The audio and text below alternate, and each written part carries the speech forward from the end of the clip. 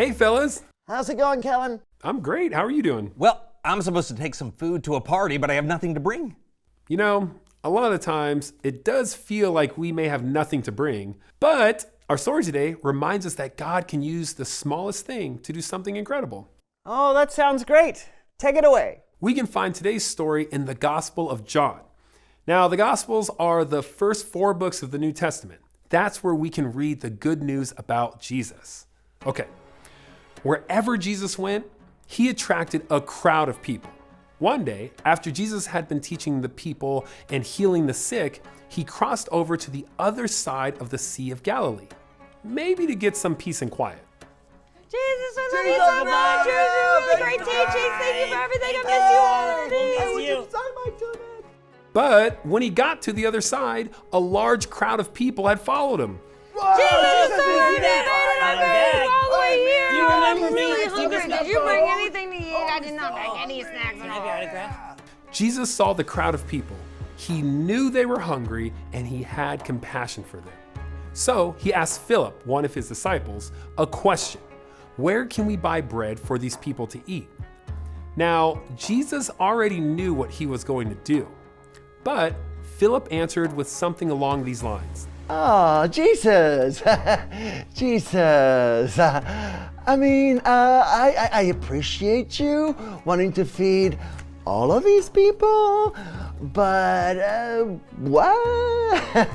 Where are we gonna find bread to feed all of them, huh? We're in the middle of nowhere.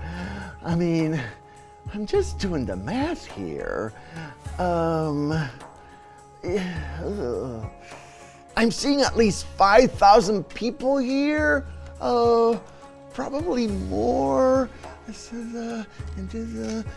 Probably way more. And if we multiply that by the cost for bread for everyone, carry 8.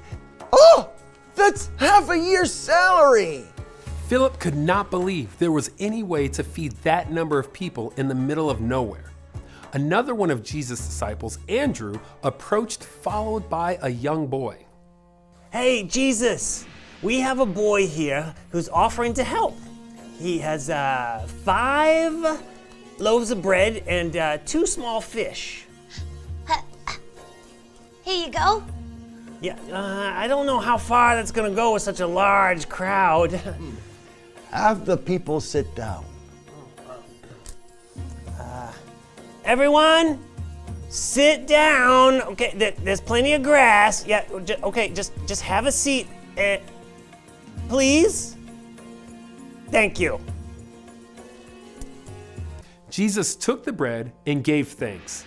Then he handed out the bread to all those seated, and he did the same thing with the fish. Thank you, Jesus. The disciples started passing out the food to all of the people. Now, many of the disciples didn't believe that they could feed thousands of people, but the food never ran out, and everyone had enough to eat. After everyone was fed, Jesus told his disciples to gather the leftover pieces, don't waste anything, and the disciples did. Any leftovers? Absolutely. I'm stuffed. Here. Ooh, And when they had finished collecting all the pieces, That's 12 baskets, and we started with, I just don't get that math. It's a miracle. the end. I love how Jesus didn't turn the people away when they were hungry. Absolutely. It would have been easy, even reasonable, to ask everyone to go home.